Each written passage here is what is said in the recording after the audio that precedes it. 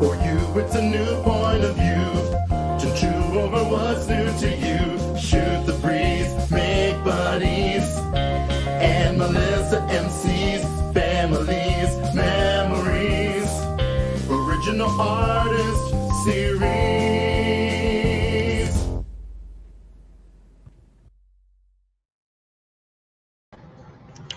Hello, everybody, and welcome to the Original Artist Series. I'm so excited for tonight. We've taken a month off, and basically that was just to enjoy the holiday and get 2021 rolling before I started back up again. We started doing this in June of 2020, mainly because I wanted a project, and I was having so much fun doing all the fundraisers for Stonewall.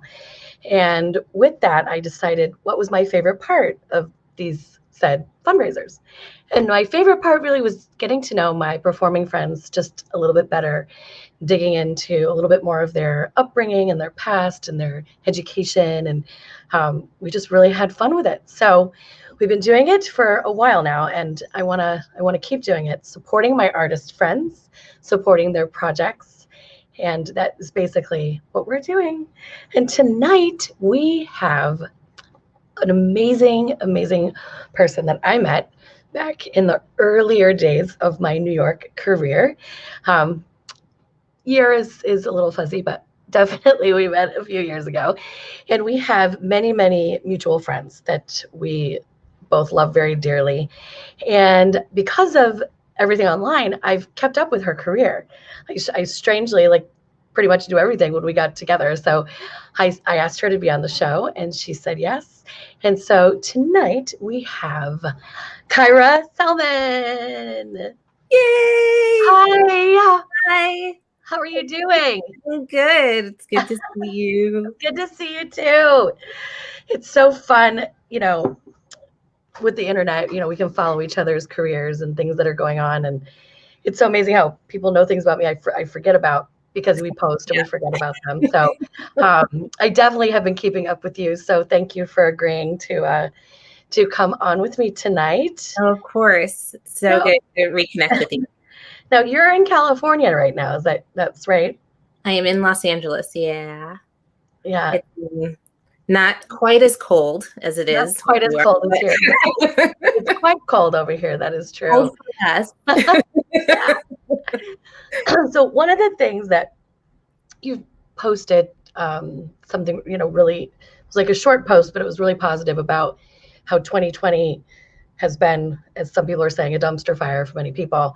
Yeah. But for some people, they have uplifted and they've created incredible art and things in their personal life. So I know we're going to get to, I want to go back to the beginning of how you started, but just tell us a little bit about your 2020, just like in general. We'll dig deeper later.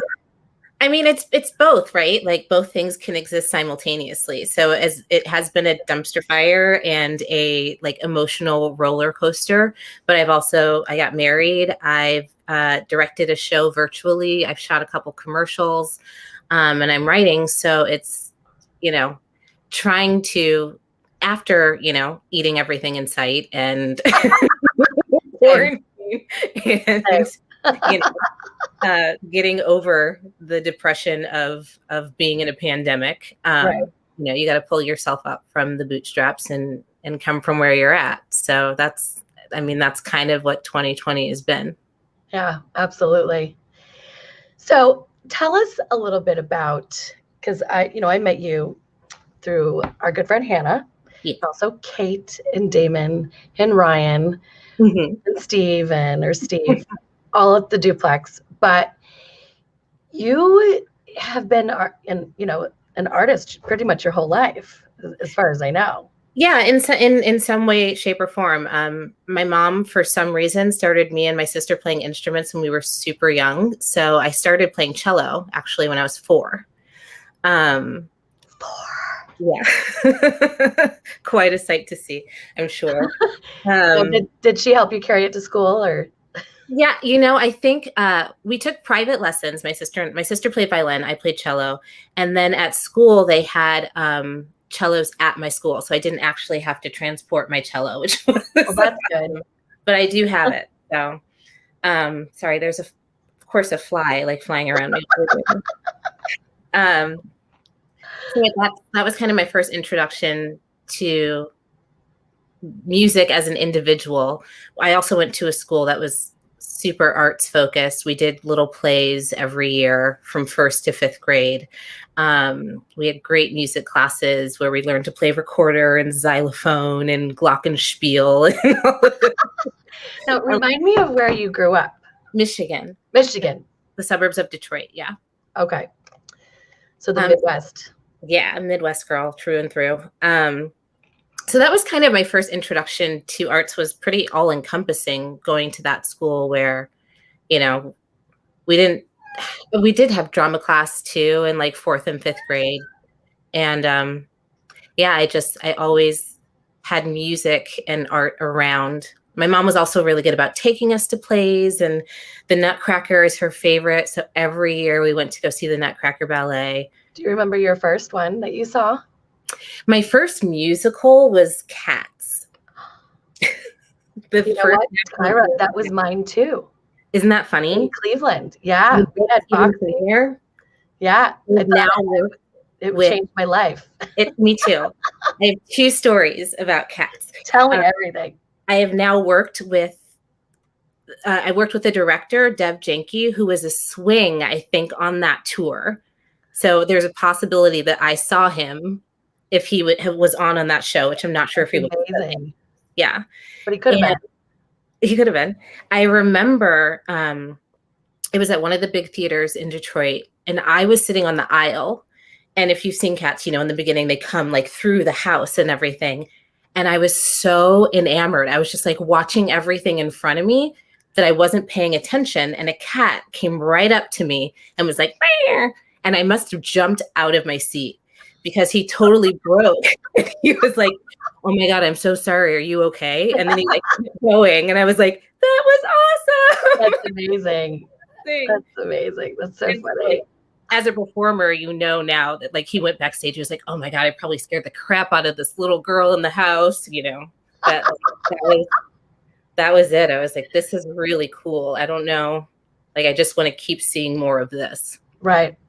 I totally agree. That's I think the best gift our parents gave us is taking us, because I think being in school, being part of it also is just as important, but seeing actual theater, musical theater, obviously we, caught that bug really quick, but also, theater in all forms too. Yeah.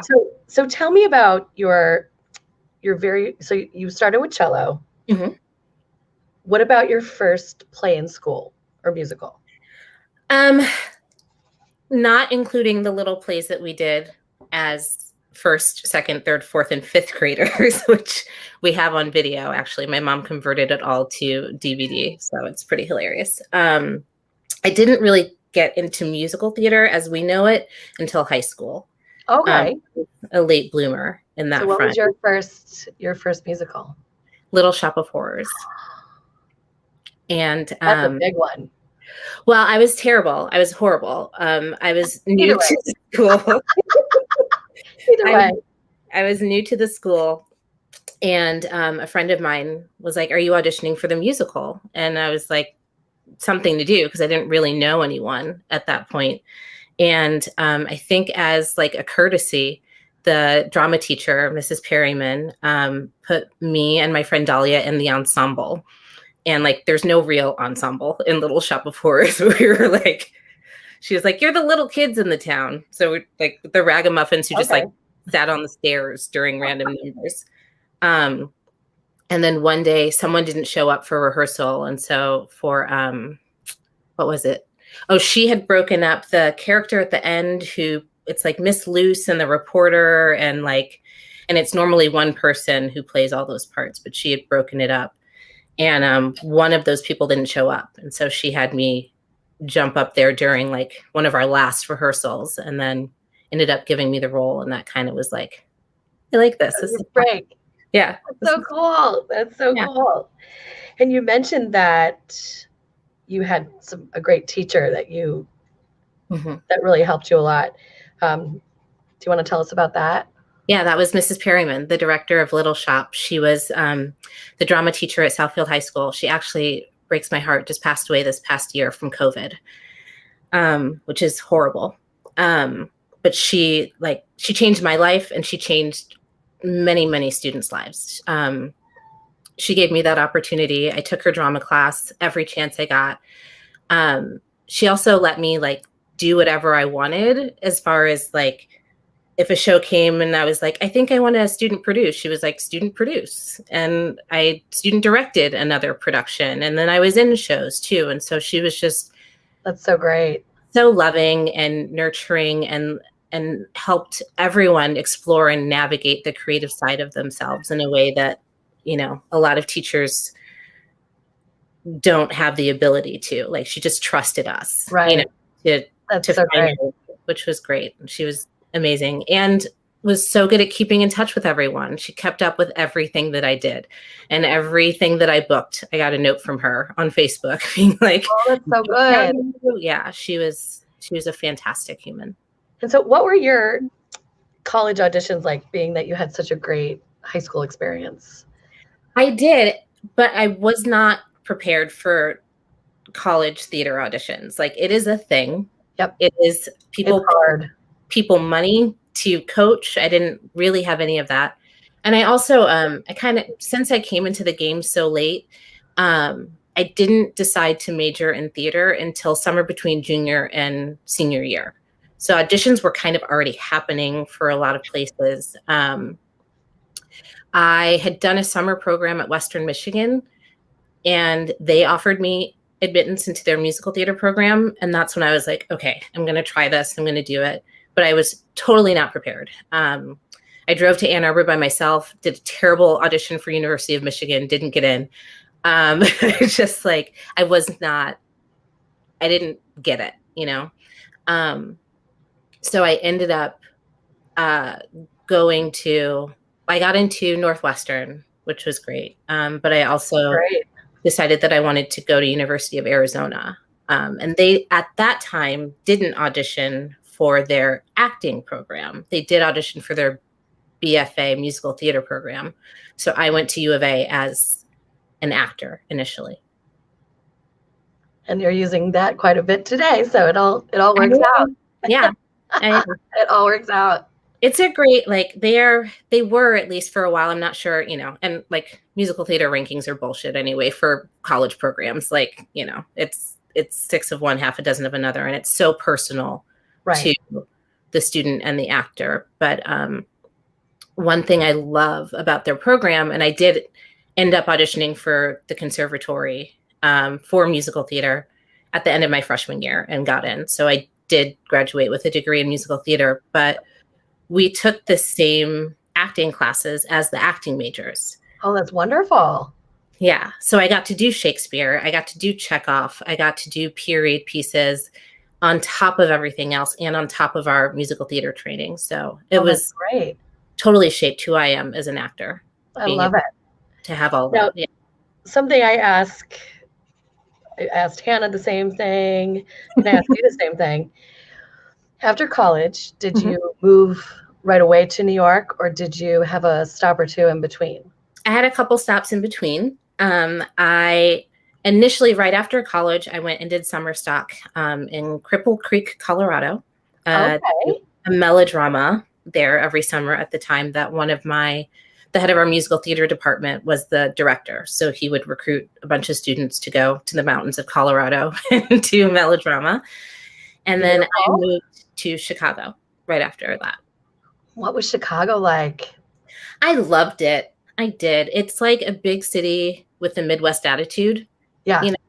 I've only been there, I believe only once. Really? Back. I auditioned for Phantom there. I was way too young to be even pretending I could be in that show.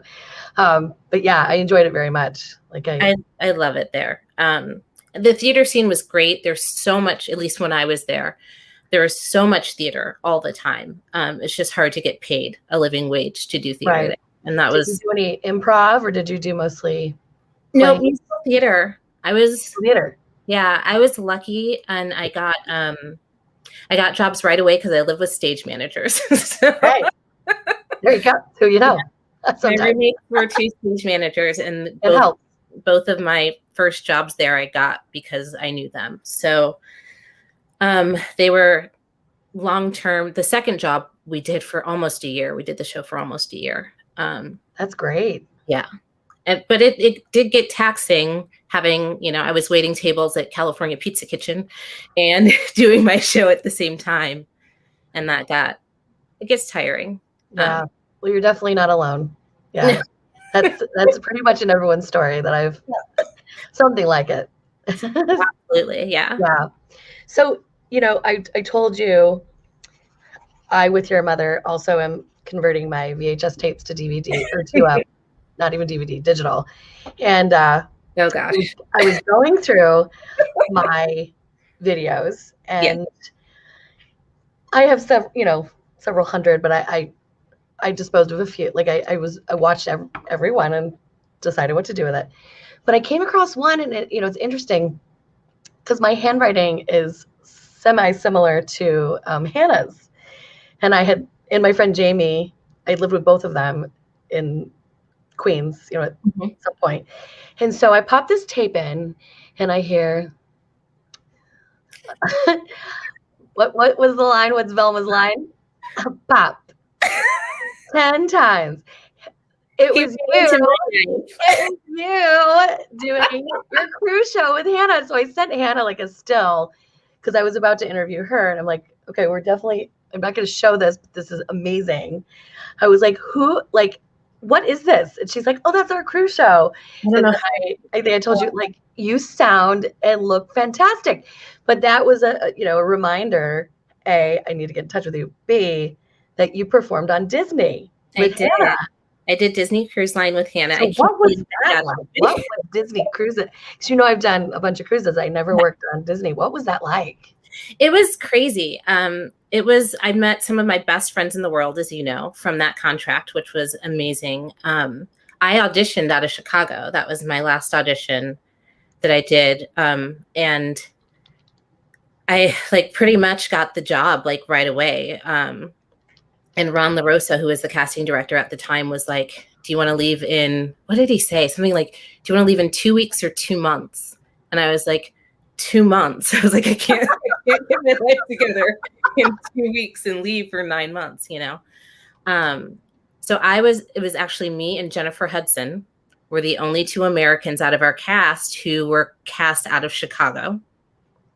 And amazing. Yeah. And everyone else was out of New York. So I had no idea what New York auditions were like. I think I rolled in at 11 o'clock to the Disney audition in Chicago, sang a song, it was just it was so relaxed. And then I got to meet the loves of my life, on that contract, just the most beautiful, amazing people.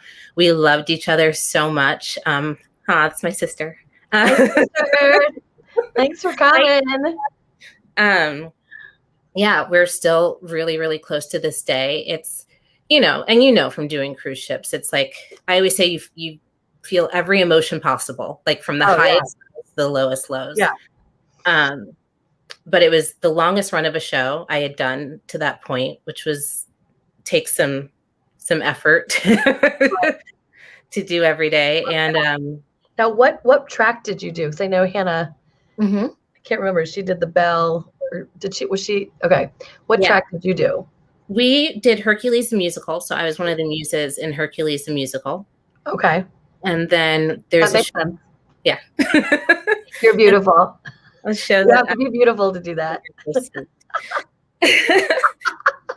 There was a show called Disney Dreams, which is a compilation show of. It had snippets of a bunch of different a review kind of thing. Yeah, and I was all over the place in that one. Just that's fun though. Ensemble Girl 7 all over the place. Oh, it's so fun. Yeah. Yeah. I love Disney. I was a big Disney lover before I got the job, and I just there is something magical. They do something right. Right. At Disney. And so for even all of the stress of being in that environment, on the cruise, it was just like a really magical, special time. Yeah. And were you roommates with Hannah or just like buddies? No. Well, we were main stage performers, so we didn't have roommates. Ooh, I love that. Love the own room. We had our own cabins. You know you've landed when you get your own room. You're like, oh, who's your roommate? Oh, I don't have one. No. And we have pet privileges. We can walk wherever we want. We can go wherever we want. Yeah, that definitely was my favorite when it got to that after, because I did several different contracts with different amounts of people and some were quartets, some were the one on Princess was the biggest one that had acrobats from China that just randomly appeared in like a review show, like now we're going to drop the poles and now we're going to, it was completely random. And the regular cast was, I think we had 16 people, singers and dancers, but I roomed with that one. I was just a singer dancer at the time with my best friend from high school, Garfield Hammonds, whom if you don't know him yet, you'll meet him along the way at some point. He's doing great. But I remember the next time I worked, I had my own room twice in a row, and it was lovely. It's so nice. I know. It's so nice. I had a little porthole. Oh yeah. You had a portal. That's when you know you landed, when you have like sunshine and you're not like rooming between like I don't know if you guys had the Steiners or the hair salon people. And then I was next to security, which is a terrible place for me because I get in trouble all the time. I was like, please. I was like, just, let's make a deal. You can play your guitar when you want if I can have little parties. The things we do. Oh my goodness. So I'm going to get that. Hiding food at cabin inspection. Oh, in your hot plate. It's just ridiculous. Yeah, absolutely. Yep. We had one of those little hot water thingies because we had noodles. That was pretty much all you could have later. Well, you had to know people if you were going to get like a sandwich or something. So bargaining your chips there. It's so ridiculous. So the Disney cruise brought you essentially to New York because after that you came to New York. Yeah. It allowed me to save a nice little chunk of change, and everyone else in the cast was in New York, and they were like, Kyra, come to New York. So I did. So I packed up. I went back to Chicago, packed up everything, and moved to New York. And again, like those friends saved my life. They walked around with me to drop off resumes. They taught me how to audition in New York. Like I didn't know anything. I wasn't equity at the time. And so they were like, this is how you crash an equity call. This is what time you have to get up for an open call. I didn't know any of that, you know? You don't really know until you live it. That's for sure. Yeah. It was funny, Melissa. I actually remember that my sister was there too. I did follow her. Thank you, sister. I'm like, how is she getting her 2 cents in? Give me a break. She's with us. We might as well give her the link. She should come. She's like, what actually happened, Melissa? But yeah, so it was. They taught me a lot about how to be a New Yorker. Right. I've been lost without them. Absolutely. Yeah. You don't really know till you're here. Because I started in LA. I did it opposite of you, and auditioning in LA, even before I was equity, I got in to every call. Yeah.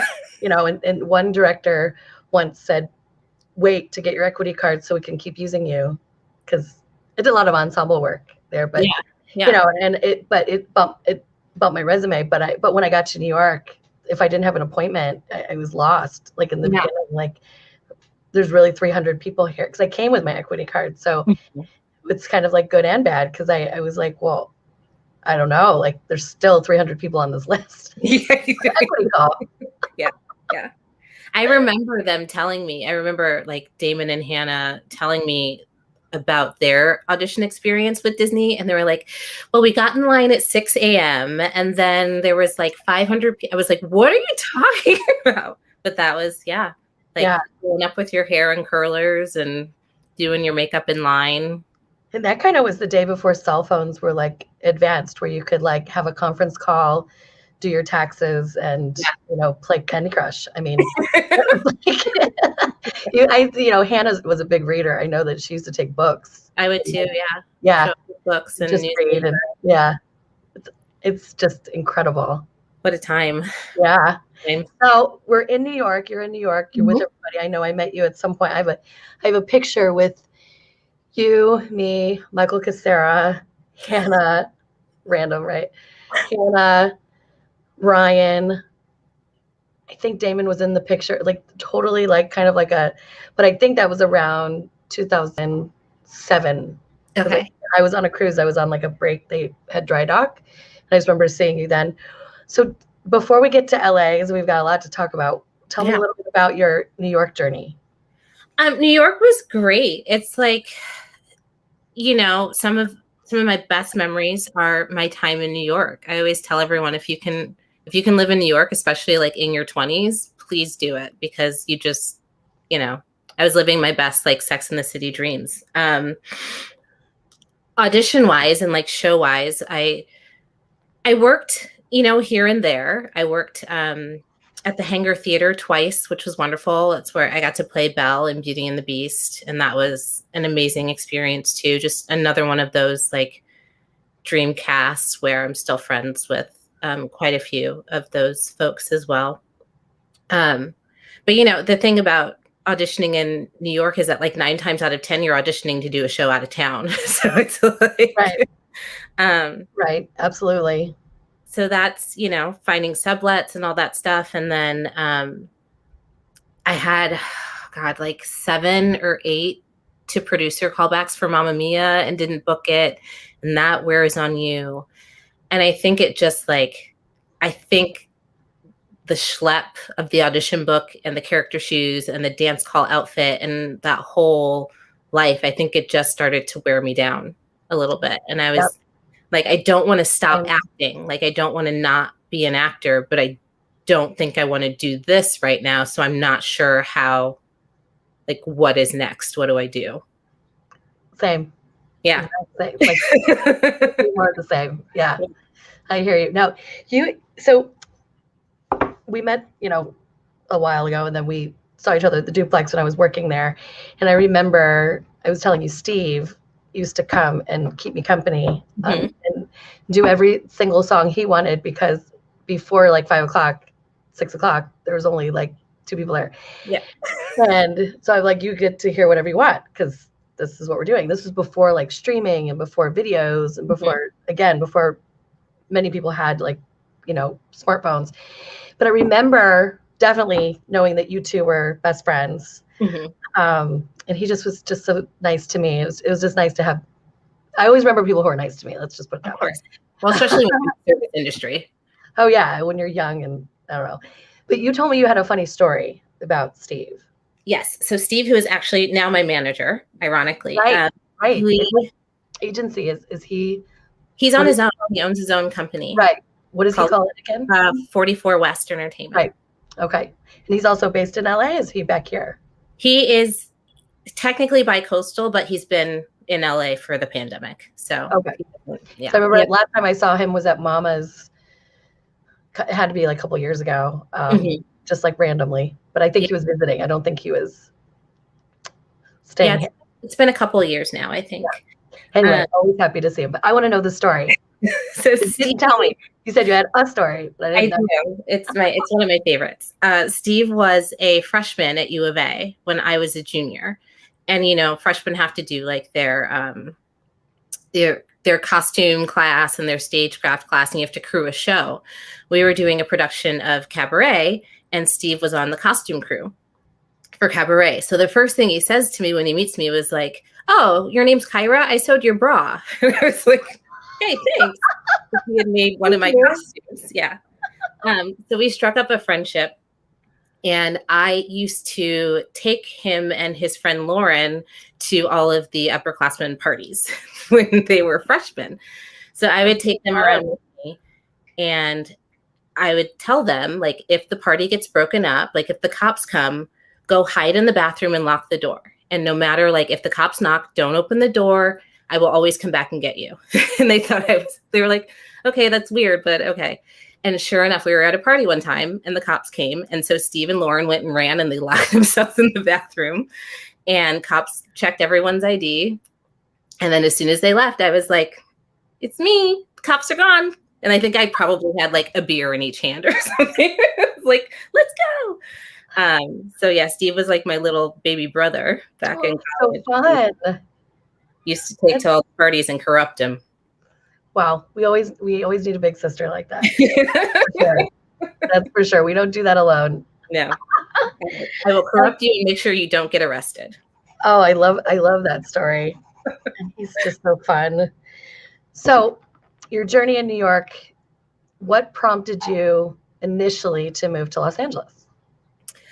I think, LA is one of those things that had always been in the back of my mind. And even when we were showcasing in college, I remember one of my teachers was like talking to me as if I was going to LA. And I was like, oh, no, I'm moving to Chicago. And they were like, oh, I always saw you in LA. And like, of course, like that seed stuck in the back of my head for like 10 years. And so I, there's a weird thing with New Yorkers in LA, right? You're supposed to hate LA. Like that's what New Yorkers are like. LA is a terrible place with terrible people. But then Kate Pizakis moved to Los Angeles, and I had a few other friends move to Los Angeles. And I was like, I don't know. Like, I don't know if this is it, but I'm going to go out and visit. So I came out here for about 2 weeks. I took a long vacation, and I was like, I don't want to do any touristy stuff. Like, I don't want to like I want to see the beach or whatever, but like, I want to see what your day-to-day life is like in LA. Like, right. I want to get a snapshot of what my life would look like if I moved out here. And I just like loved it. And I think it was partially, going to school in Arizona and being like a warm weather desert person. We had a couple of really rough winters, I think, at that point in New York as well. And I just like Kate had found her community out here. And I knew that I would, again, like just following my friend's coattails is apparently what I've been doing. But but it works. Yeah, I was pretty sure that. And you did some fantastic work with Kate. Tell us a little bit about. Yeah, Kate used to run the Rockwell out here. It's Rockwell Table and Stage. And they had a series called UMPO, which is the Unauthorized Musical Parody of. And so I did a bunch of shows with them. Kate would take a movie and parody it and add pop songs to it with the musical director. And it's just like good, silly parody fun. Now, did you do Carrie the musical? I directed Carrie the musical. So this is what Brandon says. Yeah. I was just waiting to pop that up. It has that cult following. I directed a production at the school that I teach at. And that was an interesting adventure as well. That Blood Man is tough. Which one? Oh, the Blood and Carrie. Oh, I can't even. That's one of my favorite movies from like the original back in the day when I shouldn't have been watching it. But I remember seeing a clip online of you singing though. So which ones did you perform in? Because I remember seeing something. Mm-hmm. Was it Heathers or was it Stranger Things? I did. I can't even remember anymore. Not Clueless. What's the Mean Girls? That's probably okay. Because it sounded great. I remember, it was just like I think on Instagram or Facebook or something. But it was, I was like, yay! It just was, one of those. We watch a lot of content. And yeah. When you watch something like the whole thing, it's like, this is awesome. Yeah. You sounded fantastic. Thank you. It's literally the most fun. It's like the audience is like right here in your face. It's in the round. You are with your friends, just singing and dancing and just being dumb. And it's literally like doing when we did Stranger Things, I played Barr. I covered Marissa Jarrett Winokur. And it was the most fun. Like I just got to be silly and like walk around in my 80s Barb clothes and dance with Great. Yeah, it's just, they created something really, really great there. It's a lot of fun for everyone. That's so wonderful. And then, while you were there, you have had a lot of success in commercials and TV, film. Tell us some of your favorite stories of let's do before COVID times, like pre-COVID, like any highlights that you want to tell us about. My first national commercial was probably the most fun. It was for Big Lots. And we played like, they called us breakdancing moms. We weren't really it was like, there was no breakdancing. But I showed up to the callback and one of my friends from college was there, Michelle Lane. And she was like, "Are you in a group yet?" And I was like, "No." And she was like, literally grabbed me and pulled me over into their group. And so we got to audition together and then we booked it together. And so that was just such a cool experience of like, my first big commercial job and getting to do it with one of my college friends. And we drove out to a Big Lot somewhere in the middle of, I don't even know where, like, I don't even remember if it was like Orange County or some, I don't know, but it was just like 5:30 in the morning, us taking over a Big Lots and just like dancing and doing all these crazy weird things. It was like a Big Lots Twinkies crossover. So we also That's so cool. Yeah. But you can see all of these on your website. Yep, everything's on my website. So we're not showing only because the last time I got in trouble showing something in it. I don't know all the rules, so I don't want to get cut off. But anyone who is watching, please make sure it's below us in the banner. Make sure you go to Kyra's website and check out all of her commercials, because that's just so cool. So I had seen, of course, I said before, online, your commercial you did during quarantine, during COVID, and it's just so good, and the whole thing. And I think there's a little girl in the commercial with you. Is that so cute? She was so cute. Tell us a little bit about what that was like filming. Like up to here on me. They were like, "Can you squat down?" Like, that's funny. Yeah. What was that whole process like? The whole audition process during quarantine has been like such a learning curve, from like audition to being on set, because, everyone wants to do everything as safely as possible. So the initial audition is generally a self-tape that you submit and then send off to your agent or to whatever link the casting director asks you to upload it to. And then callbacks are generally Zooms. So that's you with the director, and then everyone else on the production team are in their little boxes watching, which is a lot less nerve-wracking than in person walking into a room with like 12 people, you know. And then once you go on Avail, or if you book right away, then there's a COVID test date that is usually before your fitting, a few days. So you have to go and get your nose swabbed and make sure that you're safe. And that's the whole crew. Anyone who's, I think SAG is like, it's like the A team or team 1 or something. So anyone who interacts directly with actors, since actors are the ones who who can't wear masks the whole time. So anyone who is team A has to have a COVID test before they can step on set. For us, it's before our fitting. And now people are actually doing COVID alternates as well. So like you could book as a COVID alternate, and then if the person who is first Avail has COVID, then you would take over the job. Okay. So COVID test and then fitting, and then everyone's masked for the fitting except for you when you are taking the pictures to send to production. And then once you get on set, actors are pretty much isolated from everyone else until you're on set. So I had my own trailer. That's fun. It was nice, but like kind of boring. I sat in there by myself all day, Yeah. And makeup was outside for this particular production. to mitigate risk, and they all wore masks.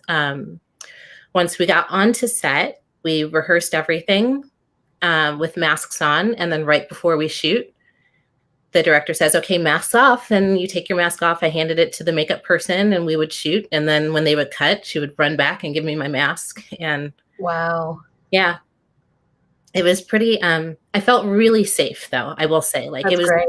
It's intense, but I felt super safe the whole time.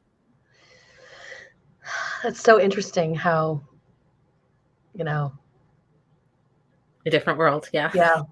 And also, it's good though that the business is coming back and people are getting jobs, and I've even seen some TV that incorporates the mask and the shields into the scene.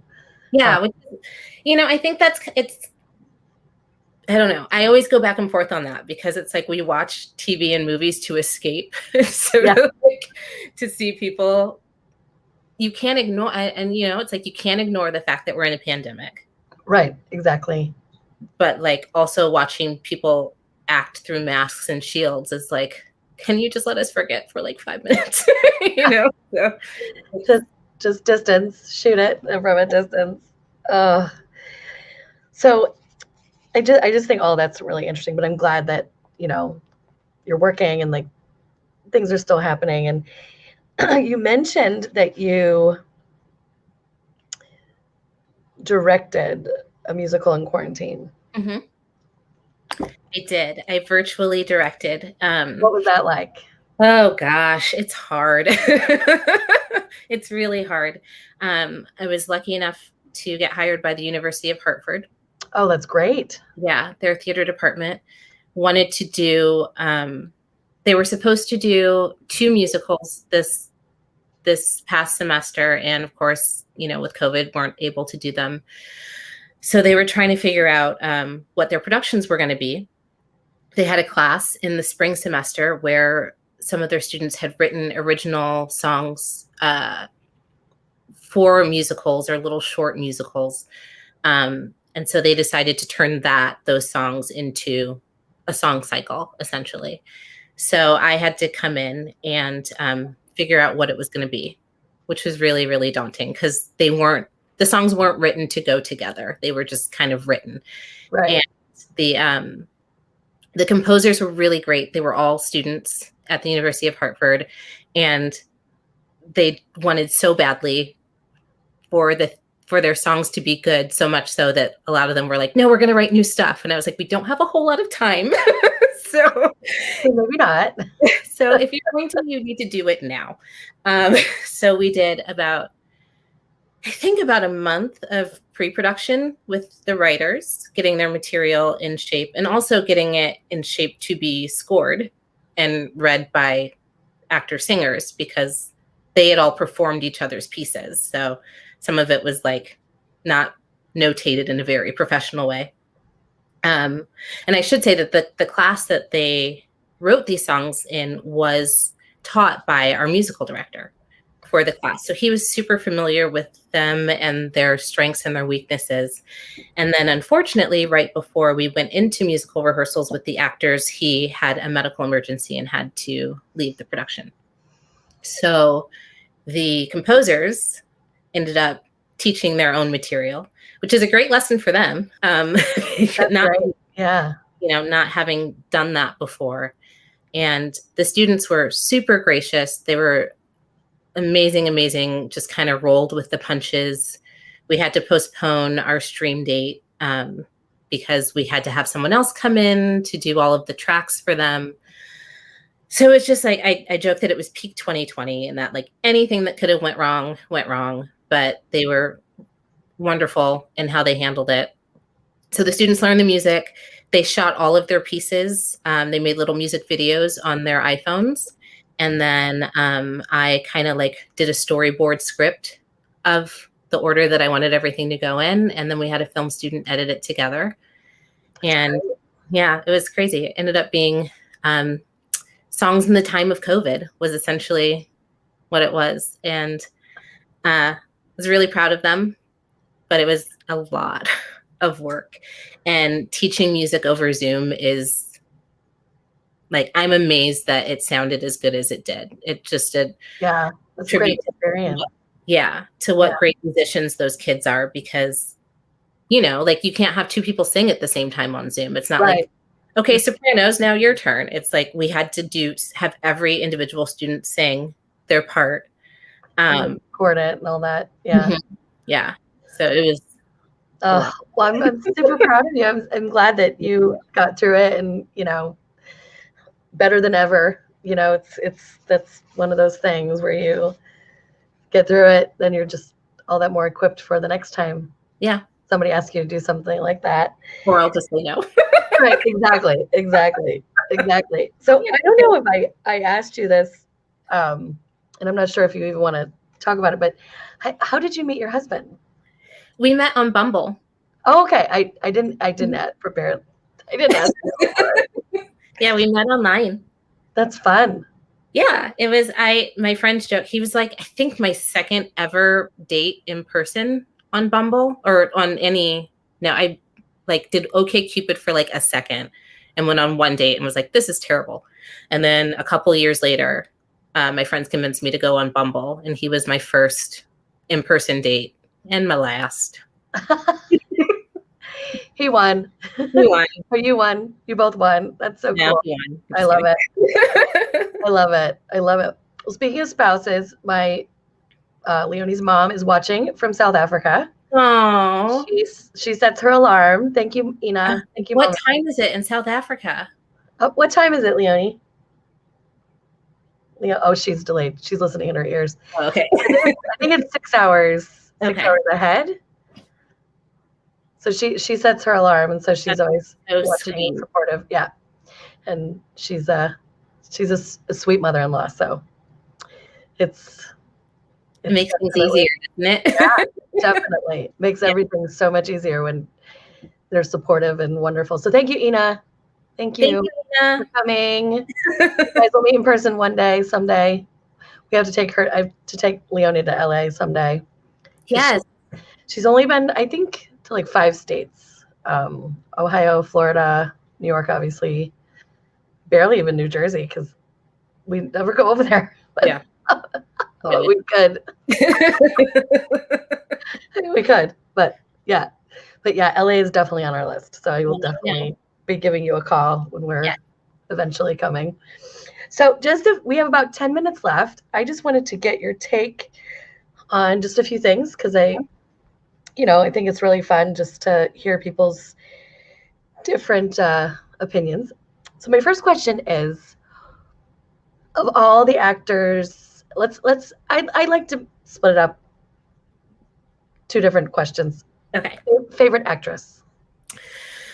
Oh, it changes all the time. And it could be 2 or 3. And it could be any venue, any realm of it, It doesn't matter. Whatever comes to you. On my heart right now is Cicely Tyson, since she just passed away. Okay. I remember seeing Jane Pittman, the event, whatever, I can't remember the title right now, but I remember seeing that where she plays like from 20 to 100 or something in that movie as a kid. I remember like watching that movie and being like, wow, that's really, really amazing. Musical theater, Audra is life. I just like have been lucky enough to see her live, in a few things. And she's one of those actors too, who crosses genres. She crosses disciplines, from TV, film, musical theater. I just adore her. Yeah, her voice is magical. Just beautiful. She seems so nice, like just presenting to the public, just whatever I've seen. Yeah, that's awesome. And what about favorite actor? Oh, I'm so bad at favorites because I don't think fast enough. What's your take on Michael B. Jordan, since he's hot? Oh, I love him right now. Yeah, I love him. I just saw Creed for the first time, and he was Which one? Creed. Oh, I haven't seen that yet. And he's directing the sequel apparently, which I think is going to be his first major directing debut. My new fave. I've fallen in love with him. Yeah, he's great. He was great in Black Panther. Chadwick Boseman, also amazing. It's been fucking year. Terrible. Absolutely terrible. And so what about you? What, any dream role on your mind? Any dream job, dream role, dream anything? Yeah, I don't know if you remember this. I did a one-woman show in New York. Yes. Called Fierce.Vixen.Bitch back in the day. I've done it in LA a couple times. And a friend of mine was like, you need to turn this into a TV show. Like, this is a TV show. And I've been like, not resistant, but I didn't see it. And when it comes to like writing and my creativity in that way, like until I have a clear vision, I have a hard time like putting pen to paper. And so Damon is my co-writer on it, actually. And we were writing, we were writing one version. And then literally maybe 3 weeks ago, I woke up in the middle of the night and I was like, nope. And I just started like taking notes on my phone, and we totally scrapped the old version and are writing something that is, you're going to love, because it's very representative of our time in New York in the 2000s. But this is Ryan's reaction. Thank you, Ryan. Thank you, Ryan. I love you. That's cute. Yeah, so we're writing that pilot now. Oh, that's awesome. I can't wait to see can't wait to see it. And if you're doing like tiny groups to watch, like, what do you call it when you're workshopping? Count us in. I will. We'll fly out. Kyra's doing a workshop. We got to go see it. Yep. That's so awesome. So in our last couple minutes, anything that's just particular to you that's given you hope over this strange time that we've had? Not only, I definitely am, this show is not political, so that's definitely not what I mean, but just in general, any quotes, any sayings, any songs, anything maybe your sister says to you, like anything that gives you hope, anything on your mind or that you want to share? I think one thing that I think is important to remember, my husband's a history teacher. And so like history is cyclical. Like, this has all happened before. It's probably going to happen again in some way, shape, or form. Like, nothing is new. And we will get through this. Like, we will. It sucks going through it, like all of it, pandemic and social uprising and like everything that we've experienced in the past, now coming on 11 months. But in some ways, it is just history repeating itself. And until we're able to break the cycle and rise above history, I think it's just like, you just got to keep fighting the good fight. Yeah. I agree with you. Yeah. I never, because, I like parties and events, and I've really, in terms of staying home and just, I feel like it's so important for us to all just, like you said, masking up and just doing what we have to do and fighting for however you can, and make sure you stay on the right side of history and right side of staying close to the right thing to do. And I'm going to say the right thing for, I think you and I are on the same side of the right thing to do. But yeah, I definitely am surrounding myself with people that are more like-minded, and just making sure that I reach out to my friends and make sure that I'm there if people need me. And we're so lucky to have a base of friends and a base of family that we can lean on. Yeah. And being married in quarantine is kind of fun. Like, it is. It's fun. We're together all the time, but it's fun. Yeah. Well, it's also a testament to strength. Yeah. In yourself as well as your relationship, but it hasn't been. Yeah. But I think your message is a perfect one for sure. Thanks.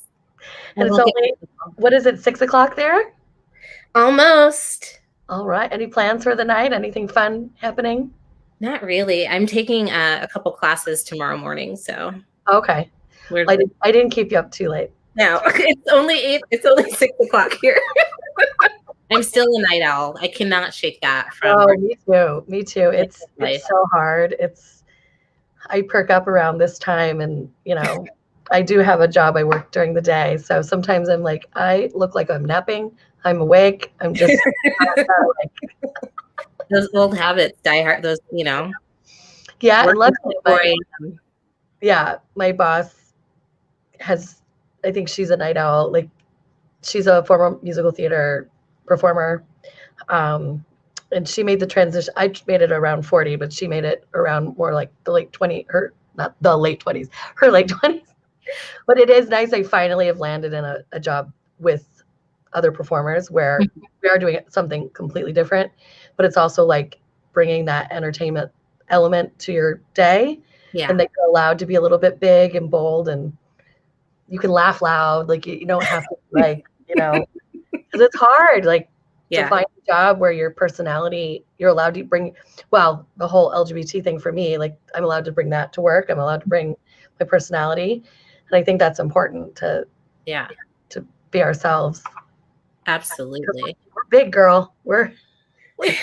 I know. Amen for that. Like, I've been really fortunate in, the that I've had in supporting my career. But God, working at Vlada, like, I have never been more like authentically myself. I've been allowed to be more authentically myself than in that environment. And it was great. Yeah. So Ryan says he wants a hug. Hi, Ryan. We want to hug you too. Miss hugs. For sure. Well, Kyra, thank you so much for coming on and just being my first guest of 2021. And, it's so special to watch you grow. And you look, your skin looks so great. Like, I can't say you look different because you still look. I have on lots of makeup. Me too. I wear concealer now. I didn't used to wear concealer. No. Oh, your skin looks perfect. Yeah. Thank you. Yeah, you're looking great. You're glowing. You're shining. Oh, that's bright light. So thank you so much. Thanks, Melissa. Well, so good to see you. It's good to see you. So I'm just going to ask if you can wait backstage for a minute so I can thank you in private. Of course. Just wait 1 second. I'm just going to close out and I'll see you in like 2 seconds. So everybody, please hop on to Kyra's website so you can check out all of her fantastic commercials that we checked out, that we talked about today.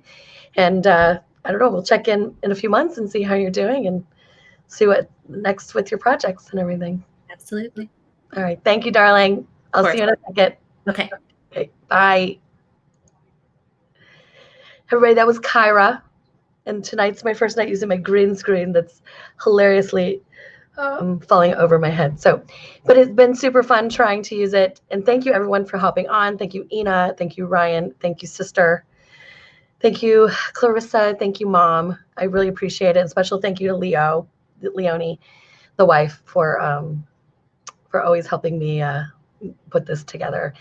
And so everyone, I want everyone to know I support all the arts. And if you want to come on and chat with me, or if you have any friends that you think would be good on this platform, I'm doing it because I really love to talk to people about their careers. I think everyone's career is just so interesting in the journey that we all take. And it's harder than it looks, let me tell you. Anyway, everyone, please stay safe, wear a mask, and just be kind to one another. All right. Have a great weekend, everybody, and I will see you next week. For you, it's a new point of view to chew over what's new to you. Shoot the breeze, make buddies, and Melissa MC's families, memories. Original artist.